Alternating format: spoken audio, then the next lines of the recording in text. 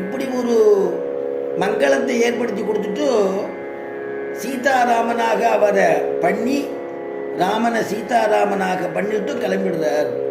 அந்த சரணாகதியை பற்றி நாம் அனுபவித்தோம். அதுக்கு பிறகு அயோத்திக்கு எழுந்துள்ள சக்கரவர்த்தி திருமகன் 12 வருஷம் அந்த சுகமாக திருவையோத்தியில் சௌகரியமாக இருந்துட்டுருக்கார், எந்த விதமான குறையும் இல்லாத. ஏன்னா 12 வயசுக்கு அவருக்கு விவாகம் ஆகலைன்னு கவலைப்பட்டாராம் தசரதன். வால்மீகி சொல்கிறார். அதுக்கு அந்த மாதிரி ஒரு மந்திராலோசனை பண்ணும் பொழுது தான் விஸ்வாமித்திரர் உள்ள வரார்.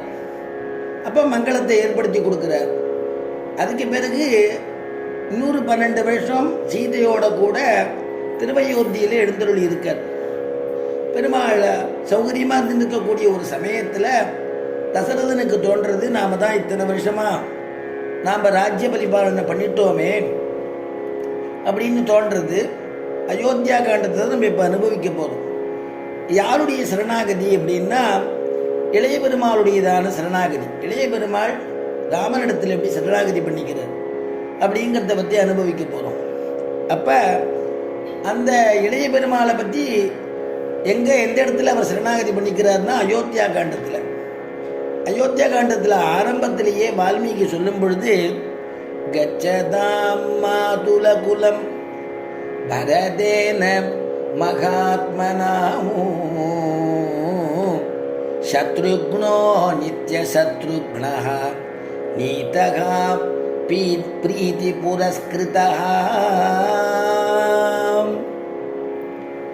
கச்சதாம் மாதுல குலம். ராமனுடைய சீதாராமனுடைய கல்யாணத்துக்கு வந்தவர் யாருன்னா யுதாஜித்னு. அவர் பரதனுடையதான மாமா, கைகேயினுடையதான சகோதரன். அவர் வந்து அத்தனை காலம் இருந்திருப்பார் போல இருக்கு, இவர் கூட இருந்திருப்பார் போல இருக்கு. இப்போ பரதனை அழைச்சிண்டு, பரதனை வந்து தசரதனிடத்தில் கேட்டு அழைச்சிண்டு மாமாவாத்துக்கு அழைச்சிட்டு போகிறார் பரதனை.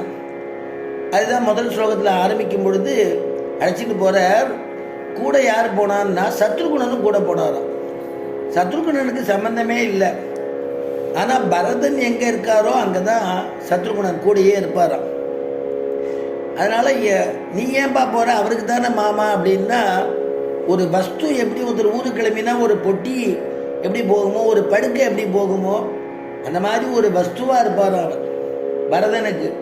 பரதனுக்கு கீழே கைங்கரியம் பண்ணவர் பாகவத காஷ்டத்தை எப்படி ஒரு பராகாஷ்டன்னு காண்பிக்கக்கூடியது இந்த ஸ்ரீமத் ராமாயணத்தில் சத்ருகுணனுடையதான விஷயம்.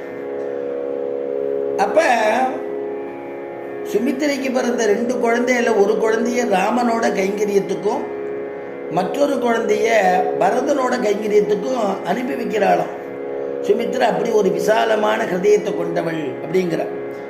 அப்படி நீதி புரஸ்கிருத அப்படி 2 பேரும் போய் கைங்கரியம் பண்ணுறாளாம். இது எது போல இருக்குது அப்படின்னா வியாக்கியானத்தில் சொல்கிறா, நம்மாழ்வார் திருவடியை அடிபற்றிய மதுர கவிகள் போலே அப்படின்னு எடுக்கிறார். நம்மாழ்வாருடைய ஆதிப்பிரானை போய் சேவிச்சேடா அப்படின்னு மதுர கவிகளை யாராவது கேட்டால் எனக்கு தெரியாதுன்னு பாரு. ஏன்னா எங்கள் நம்மாழ்வார் போனால், எங்கள் ஆழ்வார் போனால் நான் கூட போவேன், ஆழ்வார் சேவிச்சா நான் சேவிப்பேன் அப்படிம்பாராம். அந்த மாதிரி சத்ருகுணன் எப்படிப்பட்டவனா, ராமனை போய் சேவிக்கணும்னா கூட பரதன் போய் சேவிச்சா ராமனை போய் சேவிப்பானாம். பரதன் தான் தனக்கு எல்லாமாக இருந்தவனா. அதனால தான் நம்மாழ்வார் திருவடியை அடிபற்றிய மதுர கவிகள் போலே அப்படின்னு ஆச்சரியமாக அதுக்கு எழுதுறா. ஏன்னா நம்மாழ்வார் தான் தெய்வம்னு கொண்டாடினாராம் மதுர கவி ஆழ்வார், அவரை போல. இப்படி ராம குணங்கள்லாம் நிறைய அனுபவிக்கிறார் அயோத்தியா காண்டத்தில். ராமனுடைய குணங்கள்னு சொல்லும் பொழுது கதன்